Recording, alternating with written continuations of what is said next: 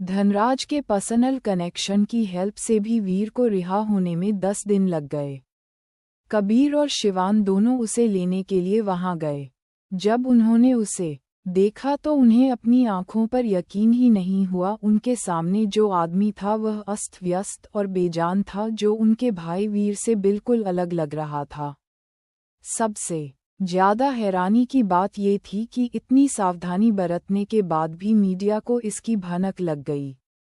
और फिर एक बार वीर की बदनाम इमेज इंटरनेट पर फैल गई, जिस कारण वो ट्रेंडिंग सर्च में टॉप पर आ गया। घर आकर वीर सबसे पहले नहाया, शेव किया। लेकिन अब वीर पहले वाला वो घमंडी वीर नहीं था। अपने बेटे को इस तरह देखकर धनराज ने अपने कोल्ड वॉइस में कहा, मैं सचमुच कस को जन्म दिया है। मुझे उसे वापस लाना ही नहीं चाहिए था। सुप्रिया नाखुश थी। कवित और शिवान भी चुप थे। हालांकि उनकी आंखों में सिया के लिए इमोशंस थे, पर वीर था जो लौटने के बाद से ही चुप था। वो बोला, डैड, गलती उसकी नहीं है, उसे ब्लेम मत कीजिए, ये हमारी गलती है। धनराज ने वीर की तरफ देखा और चौंकते हुए कहा, तुमने क्या कहा? कुछ दिल जेल में बिताकर तुम्हारा दिमाग खराब हो गया है क्या? डैड, पिछले 10 दिनों में मैं लगभग पागल हो गया था। हर दिन इन्वेस्टिगेशन में पूछताछ, घटिया खाना, एक अंधेरे छोटे से कमरे में ठंडे फर्श के अलावा कुछ नहीं। वीर ने हौंफते हुए कहा, मेरे लिए वहां 10 दिन रहना मुश्किल था, तो न जाने सिया ने 3 साल वहां कैसे बिताए होंगे। डैड, सुनने और सहने में फ़र्क होता है। जब हमने सुना था उसके साथ क्या क्या हुआ तो हमें तकलीफ हुई थी, उस पर तरस आया था, लेकिन जब मैंने वहां ये सब खुद बर्दाश्त किया तब जाकर उसकी मुसीबतों का एहसास हुआ है। फिर भी मेरे लिए तो आप सब थे, पर सिया, वो तो अकेली थी। मेरे लिए तो आपने इतना सब कुछ किया कि मेरे साथ औरों की तरह कठोर व्यवहार नहीं किया गया। लेकिन दिया तो केवल 18 साल की थी और अकेली। कैसे बर्दाश्त किया उसने वो सब? वीर के शब्दों ने मल्होत्रा फैमिली की हर शख्स को चुप कर दिया। थोड़ी देर बाद धनराज ने कहा, जो बीत गया सो बीत गया, चलो उन बातों को भूल जाते हैं। अभी मल्होत्रा फैमिली में बहुत सी प्रॉब्लम्स चल रही है। अगर हमने इन सब पर कंट्रोल नहीं किया तो हम बर्बाद हो जाएंगे। ये कहते हुए धनराज ने शिवान से कहा, क्या तुम्हें यकीन है तुम्हारी रिसर्च हमें फ़ायदा दे सकती है? रिसर्च का नाम सुन शिवान ने अपना सिर हाँ में हिलाया और कहा, हाँ, मेरे प्रोफेसर ने इसे देखा है। उन्होंने कहा है कि यह एजुकेशन सेक्टर में हलचल मच देगी। ये तो अच्छी बात है। अब हमारी सक्सेस इसी रिसर्च पर डिपेंड है। फिर भी केयरफुल रहना और अब कोई गलती मत करना। डोंट वरी डैड, कोई प्रॉब्लम नहीं होगी, शिवानी ने जवाब दिया। अपने अश्योरेंस के बावजूद उसे एक बेचैनी से महसूस हो रही थी। सिया के कहे गए शब्द उसके दिमाग में घूम रहे थे, पर फिर भी वो खुद को समझा रहा था, सब ठीक होगा। दूसरी ओर विहान ने सिया को वीर की रिहाई के बारे में बता दिया था। विहान सिया को इस न्यूज़ के जरिए सिया को शॉक देना चाहता था, पर वो शौर्य को लेकर कितनी उलझी हुई थी कि उसने विहान की बात पर ध्यान नहीं दिया। खुद को इग्नोर होता हुआ देख विहान को अच्छा नहीं लगा। उसने सिया का ध्यान अट्रैक्ट करने के लिए कहा, सिया, सैटरडे को एक इवेंट है, अगर तुम इंटरेस्टेड हो तो मेरे साथ चलोगी? जरूर, सिया ने कहा, लेकिन इस बार प्लीज मुझे डिसपॉइंट मत करना। डोंट वरी सिया, इस बार ऐसा कुछ नहीं होगा, विहान ने स्माइल देते हुए कहा। वैसे मुझे 3 साल पहले हुए एक्सीडेंट से रिलेटेड कुछ इन्फॉर्मेशन मिली है, अगर इंटरेस्टेड हो तो बताऊं। सिया समझ गई विहान का मतलब क्या था। बेबी इस एक्सीडेंट की इन्वेस्टिगेशन कर रही थी, लेकिन कबीर ने सबूतों को इतने अच्छे से मिटाया था कि उसे अभी तक कुछ खास हासिल नहीं हुआ। पर अब विहान के पास इन्फॉर्मेशन है। सिया को इस बात पर पूरा भरोसा नहीं था। वो भी जानना चाहती थी लेकिन उसने इसको अपने चेहरे पर आने नहीं दिया और बस इतना कहा, तुम्हें इतनी जल्दी सब कैसे पता चल जाता है? उसे इतना शांत देखकर विहान का उसके लिए इंटरेस्ट और बढ़ गया। उसने कहा, पता तो चलना ही था, क्योंकि यह तुमसे रिलेटेड है, इसलिए मुझे जानना ही था। विहान नहीं, सिया के कान में फुसफुसाते हुए कहा, मैं तुम्हें वो सबूत सैटरडे नाइट को दूंगा। तुम उनका उसे कैसे करोगी, वो तुम देखना। विहान किस सांसों से सिया सिहर उठी। वह विहान को अपने से दूर था खेलना चाहती थी, लेकिन वो अभी ऐसा नहीं कर सकती थी। मन मारकर उसने उसे हाँ कह दिया। थोड़ी देर बाद विहान वहां से चला गया। उसके जाने के बाद सिया उसकी गंध से परेशान होकर खुद को रोक नहीं सकी और उसने परफ्यूम की स्प्रे निकालकर अपने ऊपर छिड़क लिया।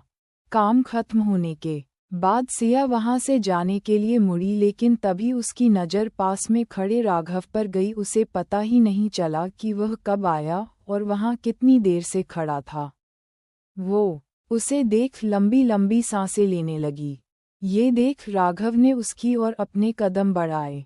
सिया ने उससे बचना चाहा, लेकिन इससे पहले कि वह ऐसा कर पाती, राघव ने उसकी कलाई पकड़ उसे अपनी ओर खींच लिया और कहा, तुम्हें खुद को खतरे में डालने की जरूरत नहीं है। विहान का सामना करो। वो उसे मोटिवेशन दे रहा था। वो अच्छी तरह से जानता था कि सिया क्या करने की प्लानिंग कर रही है। पहले उसने सोचा था कि वह उन लोगों के लिए खुद को डेंजर में डाल रही है जिनका उससे कोई लेना देना नहीं है, लेकिन अब उसे एहसास हो रहा था ये सब सिया खुद के लिए कर रही है। वह चुपचाप खड़ा रहकर यह नहीं देख सकता था। सिया ने उसकी तरफ देखा और अपनी ठंडी आवाज में कहा, विहान ही एकमात्र ऐसा आदमी है जिससे मुझे निपटाना है। अगर तुम इस बार मेरी मदद नहीं करोगे तो क्या हो जाएगा? राघव जवाब देने ही वाला था कि सिया ने उसे बीच में ही रोक दिया। ठीक है, चलो मान लिया, अगली बार भी तुम ही मेरी मदद करोगे, लेकिन एक दिन ऐसा आएगा जब तुम नहीं कर पाओगे। राघव को उसकी बातों का मतलब समझ में आ गया। उसे ये तो पता था कि आप बहुत तेज थी, क्योंकि सच तो यही था, मैं कोई कर दी या वादा नहीं कर सकता था। अभी वह ये सब इसलिए कर रहा था क्योंकि वह स्वार्थी था। वह सिया के मामले में रिस्क नहीं लेना चाहता था, लेकिन ये भी मानता कि वह कोई वादा नहीं कर सकता था। इस पल राघव उसके प्रति और भी ज्यादा अट्रैक्ट होने लगा। उसकी आवाज नर्म हो गई। उसने कहा, लेकिन मैं चुपचाप खड़ा होकर यह नहीं देख सकता कि तुम खुद के खतरे में डाल रही हो। मुझसे वादा करो, मुझे भी इसमें हेल्प करने दोगी। यही एकमात्र तरीका है जिससे मुझे शांति मिलेगी। राघव प्लीज। सिया ने कुछ और भी कहना चाहा, लेकिन वह समझ नहीं पा रही थी कि वह आदमी से क्या कहे। जब पहले ही उसने सब कुछ एक्सप्लेन कर दिया है तो वह इस पर क्यों जोर दे रहा है? उसे डर था अगर सब कुछ ऐसे ही चला रहा तो वह खुद पर कंट्रोल नहीं कर पाएगी। राघव ने अपना हाथ बनाया और हल्की सी अपनी उंगलियों को उसके गालों पर लगाते हुए कहा, चलो एक बार कोशिश करके देख लेते हैं, ठीक है? नहीं, कोई कोशिश नहीं होगी, और विहान के मामले में तो बिल्कुल भी नहीं। सिया ने कहा, देखो, तुम्हारी कोई भी बात मुझे राजी नहीं कर पाएगी, और विहान के बारे में तो बिल्कुल भी नहीं, क्योंकि वह मेरे लिए कुछ भी नहीं है। राघव की इस बात ने सिया के दिल को गहराई से छुआ, क्योंकि उसकी सबसे बड़ी चिंता विहान था। अगर वाकई में राघव विहान से नहीं डरता है तो उसके पास मना करने का कोई भी कारण नहीं था। वह जानती थी कि उनके बीच एक बहुत बड़ा गैप है। फिर भी मैं खुद को समझाते हुए राजी हो गई और कहा, ठीक है। सच तो ये भी था, वह भी एक बार ट्राई करना चाहती थी। उसने कहा, मैंने पहले कभी किसी के साथ डेट नहीं किया है, इसलिए तुम्हें मुझे सिखाना होगा। राघव को उम्मीद नहीं थी कि वह इतनी आसानी से मान जाएगी। एक पल के लिए तो वह अपनी जगह जम गया। उसकी गहरी आंखें अचानक चमक उठी मानो कोई तूफान किसी गहरी चीज में समा गया हो। फिर उसके होठों पर एक मुस्कुराहट खिल गई। वाव, मैं भी कभी किसी के साथ डेटिंग नहीं की, लगता है हमें साथ मिलकर सीखना होगा। राघव अपने हंसते हुए कहा। ये सुनकर सिया भी अपनी हंसी रोक नहीं पाए। ठीक है, चलो अब घर चलें। राघव ने अपना हाथ उसकी ओर बढ़कर कहा, क्या मैं तुम्हारा हाथ पकड़ सकता हूँ? उसने उसका हाथ पकड़ लिया। काफी देर तक सिया उसके हाथ की गर्माहट को महसूस करती रही। न जाने क्यों उसे सिर्फ महसूस हो रहा था। रास्ते पर दोनों में से कोई भी कुछ नहीं बोला। सिया को अभी भी विश्वास नहीं हो रहा था। उसने अपनी नज़र अपने हाथ पर डाली जो अभी भी राघव ने थामा हुआ था। उसने आंखें बंद कर ली।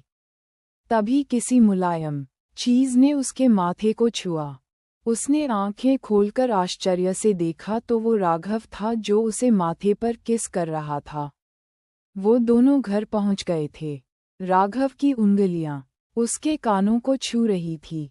वो सिया को अपने साथ अपने घर ले जाना चाहता था।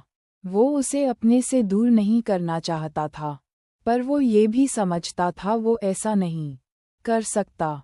उसने सिया को जाने दिया, जिससे वो राघव को आंखों में उस चमक को नहीं देख पाए।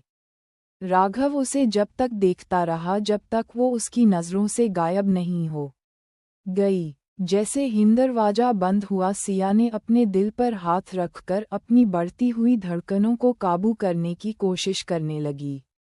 वो खुद से बोली, मैं राघव को डेट कर रही हूँ। मैं सच में राघव को डेट कर रही हूँ।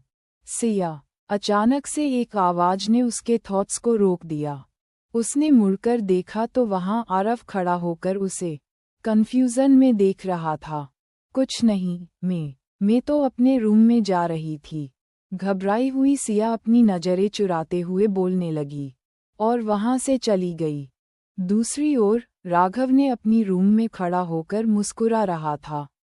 वो बार बार अपनी उंगलियों को देख रहा था, लेकिन अब सबसे मुश्किल सवाल ये था उसके सामने कि डेट करते कैसे है, क्योंकि उसने भी पहले कभी क्यों को डरे नहीं किया था।